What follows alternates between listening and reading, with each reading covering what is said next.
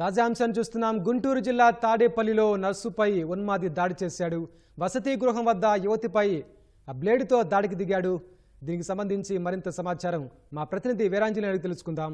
వీరాంజనేయులు, చెప్పండి, దాడికి సంబంధించి పూర్తి వివరాలు ఏంటి? ప్రస్తుతం ఆ యువతి పరిస్థితి ఎలా ఉంది? వెంకటేష్, గుంటూరు జిల్లా తాడేపల్లిలో నర్సింగ్ చేస్తున్న యువతిపై ఒక ఉన్మాది కత్తితో దాడి చేశాడు. ఈ గుంటూరు జిల్లా తాడేపల్లిలోని వడ్డేశ్వరంలో వసతి గృహంలో ఆ యువతి ఒక ప్రైవేట్ కార్పొరేట్ వైద్యశాలలో నర్సుగా విధి నిర్వహిస్తుంది.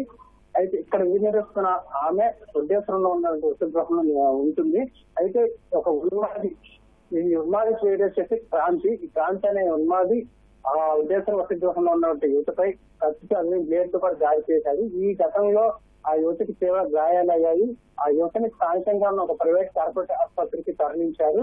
అయితే ఈ ఘటనకు సంబంధించి అతను పూర్తిగా అంటే ఒక ఉన్మాద చర్యతో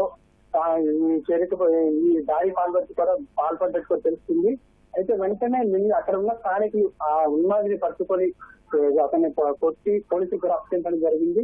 అయితే ఈ యువతి గత కొంతకాలంగా గుంటూరు జిల్లా తాడేపల్లిలో ఉన్నటువంటి ఒక ప్రైవేట్ కార్పొరేట్ వైద్య హాస్పిటల్ లో విధి నిర్వహిస్తుంది. రోజు కూడా హాస్పిటల్కి వెళ్లి వడ్డేశ్వరం వసతి గృహానికి వస్తూ అక్కడ ఉంటుంది. ఈ క్రమంలోనే ఆ యువకుడు ఆ యువతిని గమనించి ఈ దాడి పాల్పడ్డట్టు కూడా స్థానికులు చెప్తున్నారు.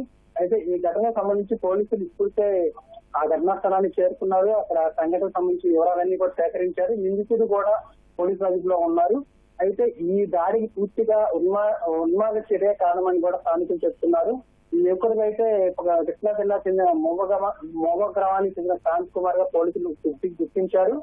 అయితే ప్రస్తుతానికైతే ఆ యువతి ఉన్మాది దాడిలో గాయపడిన యువత అయితే ఒక ప్రైవేట్ కార్పొరేట్ వైద్యశాలలో ఆమెకి చికిత్స జరుగుతుంది. ఆమెకైతే ప్రస్తుతానికైతే ఆమె పరిస్థితి నుంచి వైద్యులు పూర్తిస్థాయి ఇంకా ఏం సమాచారం చెప్పట్లేదు. కొంత సమయం గడిచిన తర్వాత ఆమె ఆరోగ్య పరిస్థితి ఎలా ఉందనేది తెలుస్తుంది. ధన్యవాదాలు వీరాంజనేయులు.